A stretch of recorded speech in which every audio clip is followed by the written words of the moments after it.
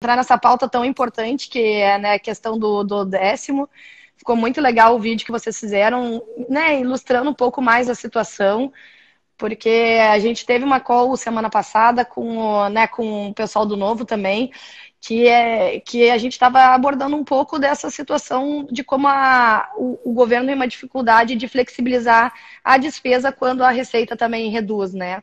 Então, a Sim. gente vê que quem é mais prejudicado, na verdade, acaba sendo o executivo, como a gente vê hoje no parcelamento de salários aí, né, dos professores, que agora tende a piorar, né, e é por isso até comecei já falando um pouco dessa situação, né, enaltecendo o trabalho dos professores, que a gente vê que muitos estão também trabalhando de casa e, né, da rede pública também, mandando WhatsApp para os alunos e mandando matéria.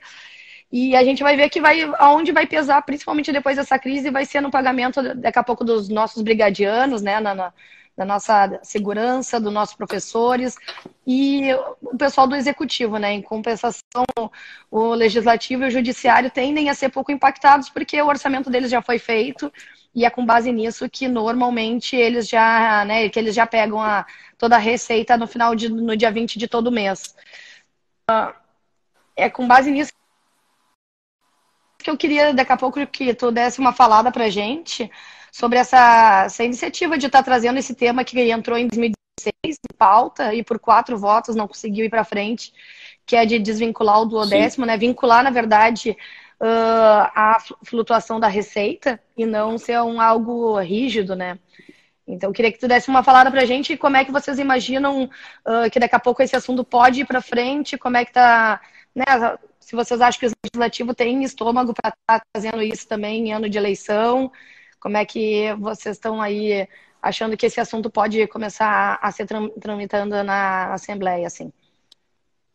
E tu vê que esse negócio do duodécimo, para mim, antes de eu me envolver com política, com esse tipo de questão, era um negócio muito, muito longe, assim, muito distante de conseguir entender, que é uma situação 100% jurídica da forma com que se organiza o dinheiro.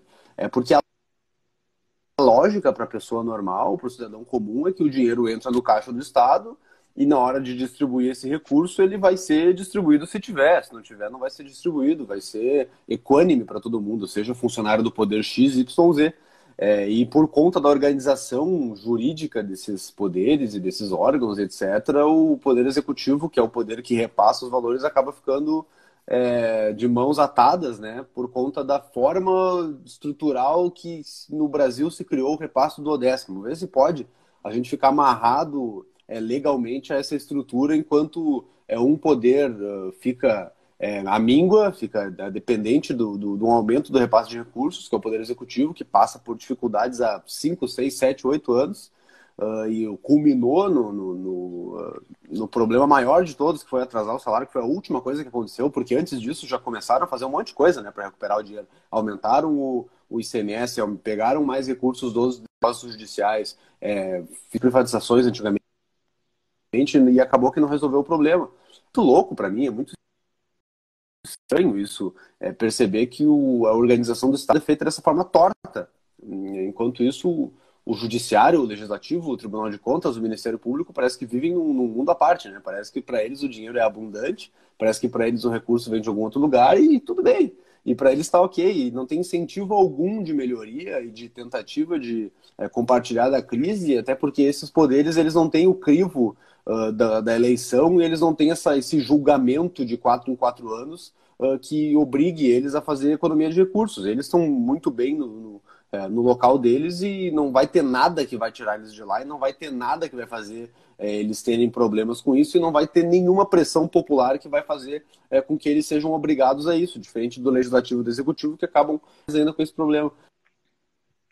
Então, Sim. de ordem 100% jurídica, o negócio cria essa distorção ridícula que acontece aqui no Brasil, e a única maneira de alterar isso é alterar o tal do repasse do duodécimo que é feito no dia 20 de cada mês, de acordo com o valor previsto no ano anterior, Maria. Tu imagina, tu prevê o valor e aí tu recebe independente do que aconteça. Então vai um caos social agora por causa do coronavírus, e o caos que já tinha antigamente não impede desses poderes de receberem os valores completos. Isso é bem estranho, bem preocupante, é um problema muito grave, né? mostra que os advogados brasileiros são muito bons, enquanto isso todo mundo acaba tendo que pagar a porcaria da conta. Vamos lá, o executivo consequentemente vai pagar a conta dos próximos meses. Então a gente tende a aumentar ainda mais esse parcelamento e daqui a pouco tende a outros setores estarem entrando também nesse rol de parcelamento também.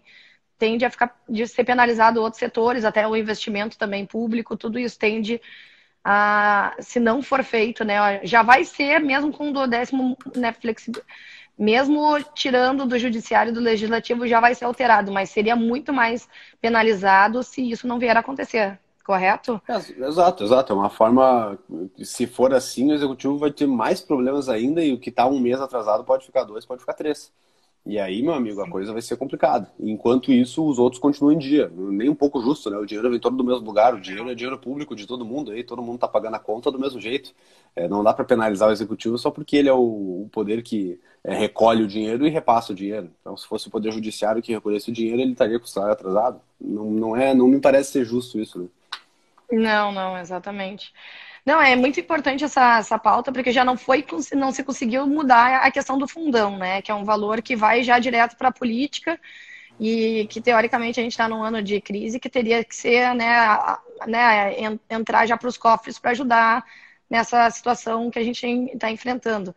Então, a gente já vê que outros poderes também não vão ajudar a pagar a conta, o que tende a acontecer que mesmo com uma retomada, até se estabilizar essa crise vai demorar muito se ficar bem penalizada em alguns setores, né? Se ela começar, se ela conseguir tirar mais um extrato da sociedade e todo mundo baixar um pouco, tende a voltar mais, né, de uma maneira mais eficiente, com menos distorções de desigualdade. Porque a gente já tem uma desigualdade muito alta no Brasil e tende a prevalecer isso, né? Uma vez que, vamos lá, o judiciário e o legislativo já fazem parte do 1% mais rico da população, né? Então, grande parte deles. Então, isso tende a aumentar essa distorção e, em compensação, professores, brigadianos não fazem parte desse 1% mais rico. Exato. Isso torna completamente injusto, né? E as pessoas ainda dos serviços mais essenciais, que são justamente esses que tu mencionou, serviços de segurança, serviços de educação, são as pessoas mais penalizadas, né? Os profissionais da saúde são funcionários do Poder Executivo, a maioria dos profissionais da saúde. E aí, eles sofrem com isso, que é uma forma jurídica de repasse de valor, não é nem como se a gente estivesse pleiteando que o valor não fosse repassado, não, a gente está só pleiteando que o valor seja repassado de acordo com o que foi efetivamente arrecadado. Um pedido tão pouco, sabe? Um pedido tão singelo, tão pequeno, que gera tanto debate, tanto problema, e tem uma resistência muito grande dos outros órgãos, uma resistência muito grande do Judiciário, do Ministério Público, do Tribunal de Contas, da Defensoria Pública. Eles têm um receio de falar do assunto, e quando eles falam, eles fogem um pouco, assim, eles não dizem com todas as letras que realmente é injusto. Não, eles fogem, assim, parece que é um grande jogo para manter os seus benefícios, né? Parece que é um grande debate para cada um manter os seus repasses certinhos, seus salários em dia e azar dos outros. E não é assim que tem que funcionar. Tem que ter um pouco mais de solidariedade, né? Principalmente nesse momento de dificuldade.